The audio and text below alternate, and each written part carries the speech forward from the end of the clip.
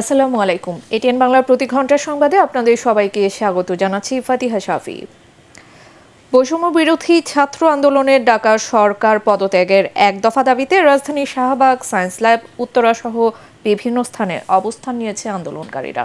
কোথাও কোথাও হয়েছে ভাঙচুর। পুলিশ ও আওয়ামী লীগের নেতাকর্মীদের সঙ্গে ধাওয়া পাল্টা ধাওয়া চলছে। পূর্ব ঘোষিত কর্মসূচি অনুযায়ী সকাল 11:30টার দিকে শাহবাগে আওয়ামী লীগের নেতাকর্মীদের ধাওয়া দেয় বিক্ষোভকারীরা। এ সময় ভাঙচুরের ঘটনা ঘটে। সরকার বিরোধী নানা স্লোগান দেওয়া হয়। একই সময়ে সায়েন্স ল্যাব মোড়ে অবস্থান নিয়েছেন শিক্ষার্থীরা। সেখানে পুলিশের সঙ্গে ধাওয়া পাল্টা ধাওয়া হয়। এরপর রাস্তা অবরোধ করে শিক্ষার্থীরা। উত্তরা বিএনএস ভবনের সামনে মুখোমুখি অবস্থানে আন্দোলনরত শিক্ষার্থী ও আইনশৃঙ্খলা বাহিনীর সদস্যরা। 11টার পর থেকেই সড়কে অবস্থান নেয় তারা। এক দফা দাবিতে নানা স্লোগান দিচ্ছে আন্দোলনকারীরা। নিরাপদ দূরত্বে অবস্থান নিয়েছে পুলিশ। যাত্রাবাড়িতেও থমথমে পরিস্থিতি। সড়ক অবরোধ করেছে আন্দোলনকারীরা। উত্তরায় আওয়ামী লীগ নেতাকর্মীদের সাথে বিক্ষুব্ধ শিক্ষার্থীদের সংঘর্ষ চলছে।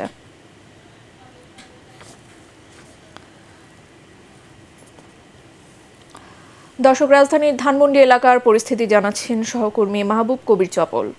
এই মুহূর্তে আমি আছি ধানমন্ডি এলাকায়। এর মধ্যে বিভিন্ন জায়গা দেখেছি যে সাধারণ শিক্ষার্থীরা তারা রাস্তায় নামার প্রস্তুতি নিচ্ছে এবং আমার পাশটা দেখা যাচ্ছে যে অনেক শিক্ষার্থী এর মধ্যে জড়ো হচ্ছে, যেটি রাপা প্লাজার পাশে। এখানে শিক্ষার্থীরা জড়ো হচ্ছেন। তারা যেটি বলছেন যে তাদের যে দাবি আছে সেই দাবির প্রেক্ষিতে তারা প্রথমে অবস্থান নেবেন এক জায়গায়, তারপরে তারা সম্মিলিতভাবে মিলিত হবেন। সব কিছু মিলিয়ে আজকের দিনটা আমরা দেখেছি যে শিক্ষার্থী আন্দোলনকে কেন্দ্র করে তাদের যে এক দফা দাবি, সরকারের পদত্যাগের যে দাবি, সেটির পক্ষে তারা বিভিন্ন ধরনের স্লোগান দিচ্ছে এবং মানুষের মধ্যে এক ধরনের আতঙ্ক বিরাজ করছে। আমরা ধানমন্ডি এলাকাতে কিন্তু সব সময় একটা ব্যস্ততা দেখি, সেটি কিন্তু আমরা আজকে সকাল থেকে দেখি না। আমি যদি একটু আমার ডান পাশটায় দেখাই যে মেইন যে রাস্তাটি, সেই রাস্তা কিন্তু খুব একটা যানবাহন চলাচল করছে না, মানুষও খুব একটা নেই।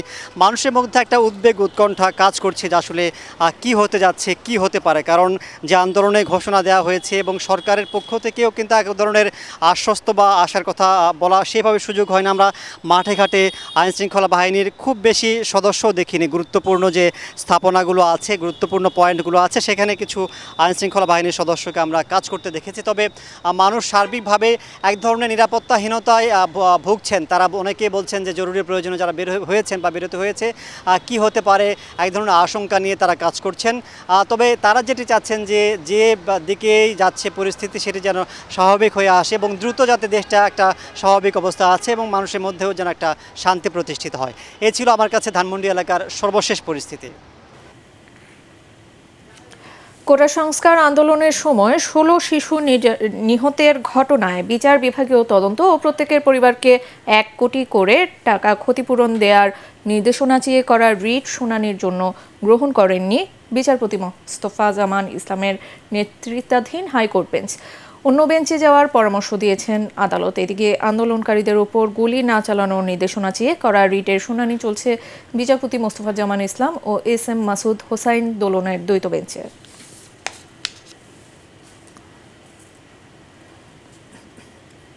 বৈষম্য বিরোধী ছাত্র আন্দোলনের ডাকা অসহযোগ আন্দোলনের কারণে দেশের বিভিন্ন জেলার বাস চলাচল বন্ধ রয়েছে। গতরাত থেকেই নাটোর শহরের কেন্দ্রীয় বাস টার্মিনাল এবং ভবানীগঞ্জ বাস টার্মিনালের কাউন্টার বন্ধ করে দেয় কর্তৃপক্ষ। তবে দু একটি পণ্যবাহী যান চলাচল করতে দেখা গেছে। সপ্তাহের প্রথম কর্মদিবসে অফিসগামী অনেককেই হালকা যানবাহনে গন্তব্যে যেতে দেখা যায়। লালমনিরহাট বুড়িমারি মহাসড়কেও যান চলাচল বন্ধ রয়েছে। শহরের প্রাণকেন্দ্র মিশন মোড় এলাকার দোকানপাট বন্ধ। শহরেও মানুষের চলাচল কম। থমথমে অবস্থা বিরাজ করছে। অসহযোগ আন্দোলনের কারণে মেহেরপুর থেকে দূরপাল্লার বাস চলাচল বন্ধ। সকালে আন্তজেলা সড়কগুলোতে কয়েকটি বাস চলাচল করলেও সকাল 9:30টার পর তা বন্ধ হয়ে যায়। এতে দুর্ভোগে পড়েন সাধারণ যাত্রীরা। ঢাকা চট্টগ্রাম সহ বেশিরভাগ মহাসড়ক ফাঁকা। কুষ্টিয়া খুলনা মহাসড়ক অবরোধ করে অসহযোগ আন্দোলন কর্মসূচি পালন করছে বিক্ষুব্ধ শিক্ষার্থীরা। অন্যদিকে বৈষম্য বিরোধী ছাত্র আন্দোলনের সরকার পতনের এক দফার দাবির প্রতিবাদে দেশজুড়ে শান্তি সমাবেশ ও গণজামায়াত করছে আওয়ামী লীগ। সকালে রাজধানীর বিভিন্ন গুরুত্বপূর্ণ স্থানীয় দলীয় কার্যালয় ও পাড়া মহল্লার নেতাকর্মীদের অবস্থান নিতে দেখা যায়। শিক্ষার্থীদের আন্দোলনকে প্রতিহত করার ঘোষণা দিয়ে নানা স্লোগান দেয় সরকারি দলের নেতাকর্মীরা। বিএনপি, জামাত, কোমলমতি ছাত্রদেরকে, আমাদের আগামী প্রজন্মের ছাত্রদেরকে আন্দোলনের দাবি দেওয়া পূরণ হওয়ার পরেও তাদেরকে বিপথে পরিচালনা করার চেষ্টা করছে। তারা এক দফা নিয়ে নেমেছে। দীর্ঘ 16 বছর যাবৎ তারা এক দফার আন্দোলন করছে। তারা মনে করছে এটা তাদের জন্য একটা সুযোগ। আমরা আমাদের প্রিয় নেত্রী, বাংলাদেশের মাননীয় প্রধানমন্ত্রী বঙ্গবন্ধুর কন্যা শেখ হাসিনার পিছনে ঐক্যবদ্ধ রয়েছে। বাংলাদেশের মানুষ দেশনেত্রী শেখ হাসিনার প্রতি তাদের শ্রদ্ধা, তাদের আস্থা, তাদের সমর্থন আছে। আন্তর্জাতিক অবরুদ্ধ গাজায় ইসরায়েলি হামলায় কমপক্ষে 16 ফিলিস্তিনি নিহত হয়েছেন, আহত হয়েছেন আরও অনেকে।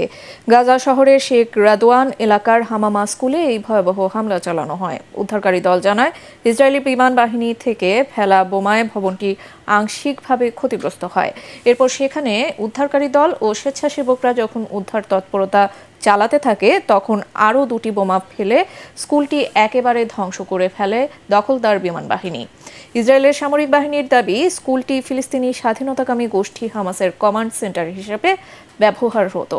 একই সাথে সেখানে অস্ত্র তৈরির কাজও করা হতো। তবে এই অভিযোগ অস্বীকার করে হামাস জানায়, কোনো হাসপাতাল এবং স্কুলে তারা ব্যবহার করে না।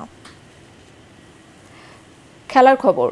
মৌসুমের প্রথম এল ক্লাসিকোতে রিয়াল মাদ্রিদকে 2-1 গোলে হারিয়েছে বার্সেলোনা। যুক্তরাষ্ট্রে প্রাক মৌসুম প্রীতি ফুটবলে খেলার 7 মিনিটে এগিয়ে যাওয়ার সুযোগ পায় কাতালানরা। তবে পাও ভিক্টরের হেড ফিরিয়ে দেন গোলরক্ষক থিবো কার্তোয়া। 24 মিনিটে মার্টিনের গোল অফসাইডে বাতিল হলে হতাশ হয় রিয়াল ফুটবলাররা। আক্রমণ পাল্টা আক্রমণের ম্যাচে 42 মিনিটে বার্সেলোনাকে এগিয়ে নেন পাও ভিক্টর। 54 মিনিটে ব্যবধান দ্বিগুণ করেন এই স্প্যানিশ স্ট্রাইকার। রিয়াল মাদ্রিদের হয়ে 1 গোল শোধ দেন নিকো পাজ। পরবর্তী সংবাদ দেখার আমন্ত্রণ জানিয়ে এখনকার মতো শেষ করছি। এটিএন বাংলা সংবাদ ইউটিউবে দেখতে ব্রাউজ করুন, youtube/ATN Bangla News। ধন্যবাদ।